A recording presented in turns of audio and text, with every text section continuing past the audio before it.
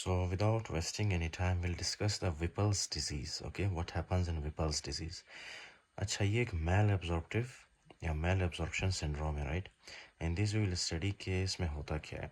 First of all, you need to understand कि there is okay. Let's discuss the normal physiology.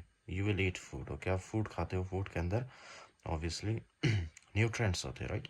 Those nutrients are, for example, the lipids. Okay, those are lipids. Those are proteins. Okay, proteins होते हैं उसमें, carbohydrates. Okay, उसके अलावा folate वगैरह.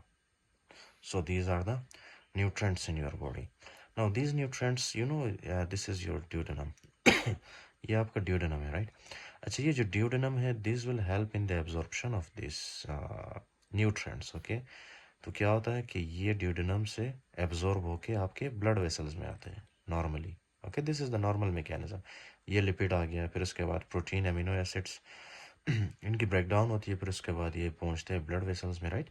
इसी तरह carbohydrate ये आता है हमारे ब्लड वेसल में, इसी तरह फोलेट ब्लड वेसल में.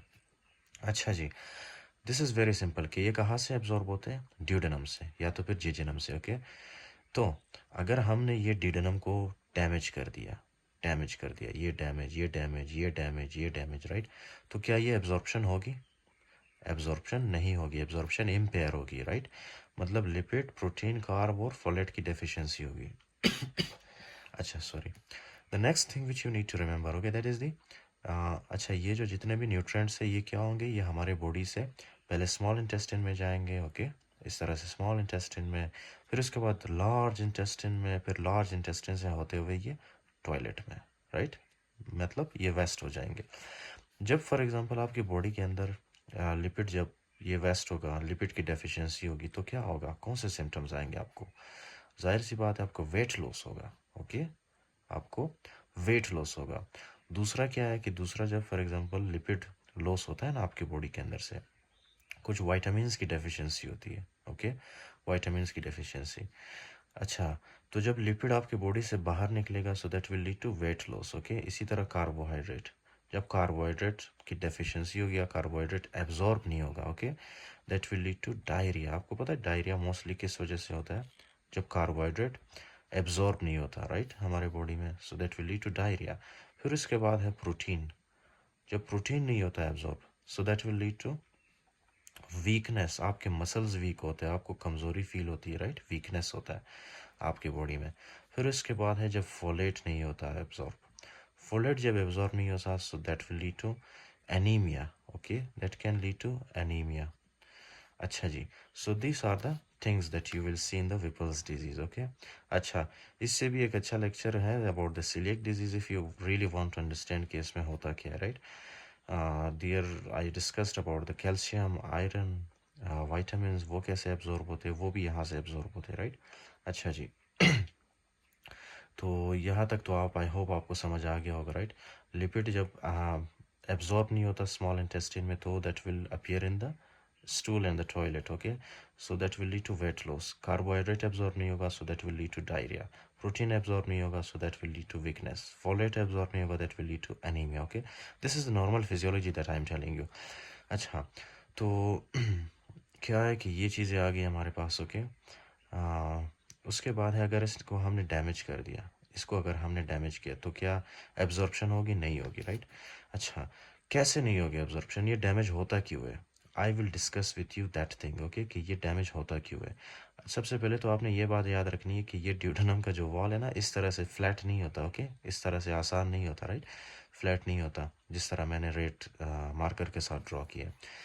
It appear somehow like this. ये है आपका ड्यूडेनल वॉल, और ये है आपका स्मॉल इंटेस्टिन, राइट. ये एक साइड का वॉल, ये दूसरा वॉल, राइट.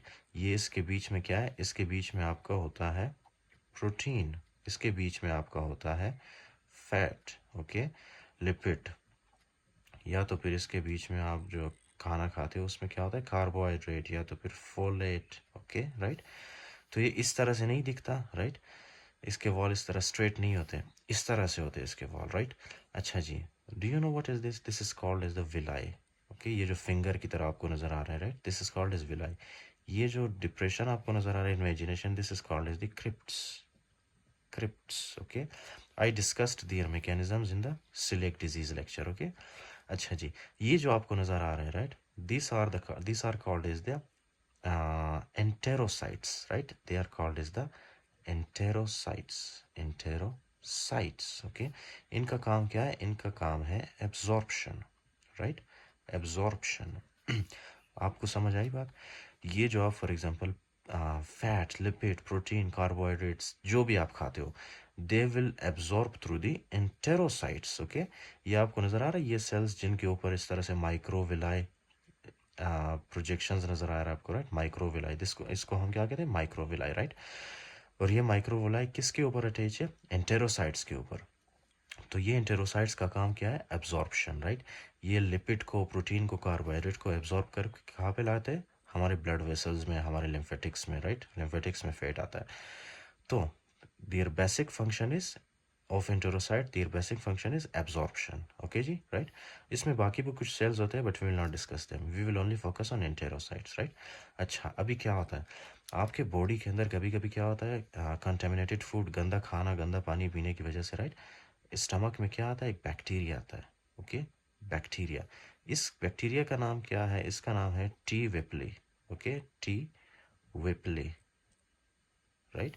अब ये जो टी विपली है, राइट, ये सबसे पहले क्या करता है? जैसे ही आपके स्टमक के अंदर आता है, this will damage your enterocytes, right.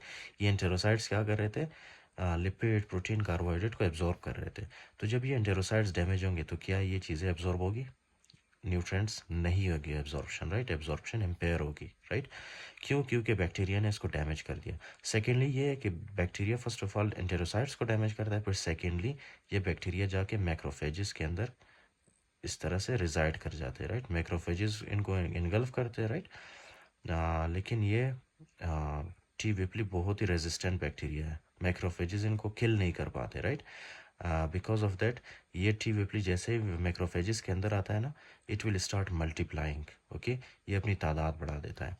और ये मैक्रोफेजेस कहाँ पे होता है? लेमिना प्रोप्रिया में। ये आपको लेयर नज़र आ रही है ऊपर, this layer is called as the lamina propria, okay, lamina propria. और ये जो एंटेरोसाइट्स होते हैं ये कहाँ पे प्रेजेंट होते हैं? These are the epithelial cells, okay, these are the epithelial cells, right, epithelial cells. अच्छा जी, एपिथेलियल सेल्स के नीचे क्या है? Lamina propria. और लेमिना प्रोप्रिया में आपको क्या नजर आएगा? मैक्रोफेजेस। और मैक्रोफेजेस के अंदर अभी क्या एक्यूमुलेट हुए हैं? टी विपली बैक्टीरिया, राइट, मल्टीप्लाई हुआ है टी विपली बैक्टीरिया। अच्छा जी, यू नो राइट कि ये जो मैक्रोफेजेस है ये हमारे सर्कुलेशन के अंदर होते हैं, हमारे ब्लड वेसल्स के अंदर। ये आपको नज़र आ रहा है, दिस इज़ द आर्टरी। ये आपको नज़र आ रहा है, this is the lymphatic vessel, this is the when, okay. तो ये बैक्टीरिया क्या करते हैं? बैक्टीरिया ये हमारे ब्लड वेसल्स के थ्रू, राइट, आर्टरीज, वेंस के थ्रू ये इस क्या कहते हैं, टी विपली बैक्टीरिया को कहाँ लेके जाते हैं? ये लेके जाते हैं हमारे सेंट्रल नर्वस सिस्टम में। यहाँ पे ये देख रहे हो, सेंट्रल नर्वस सिस्टम में हमारे पास क्या है? एक तो हमारे पास मैक्रोफेज है, और मैक्रोफेज के अंदर क्या है? इस तरह से बैक्टीरिया, राइट।